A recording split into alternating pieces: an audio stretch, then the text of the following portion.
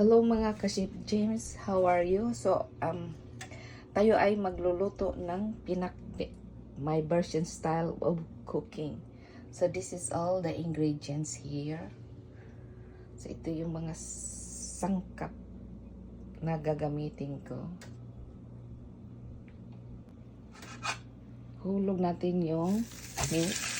Igigisa ko muna without garlic and onion. Tatanggalin ko lang yung oil niya.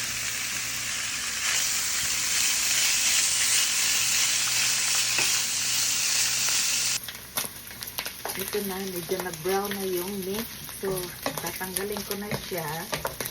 Siseparate ko bago ako mag-isa ng garlic and onion.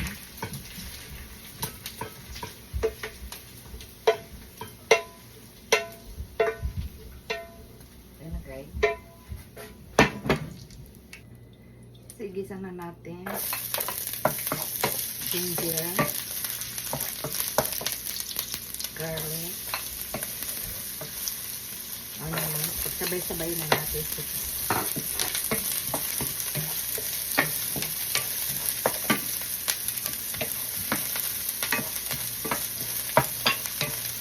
And tomato.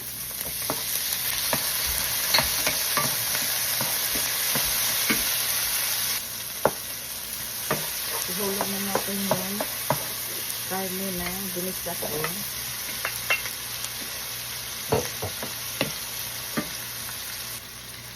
So, titimplahan na natin siya. Hulog ko yung bagoong balayan. Black pepper. And salt.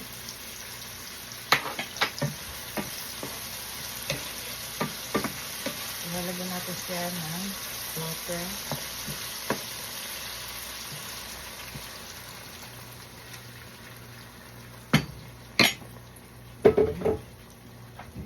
Cover it.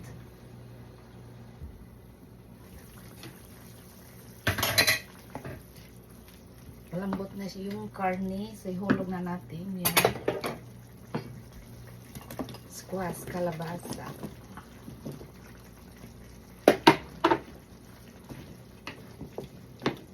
Takpan natin ulit kasi kalabasa ang medyo matigas bago ihulog yung iba.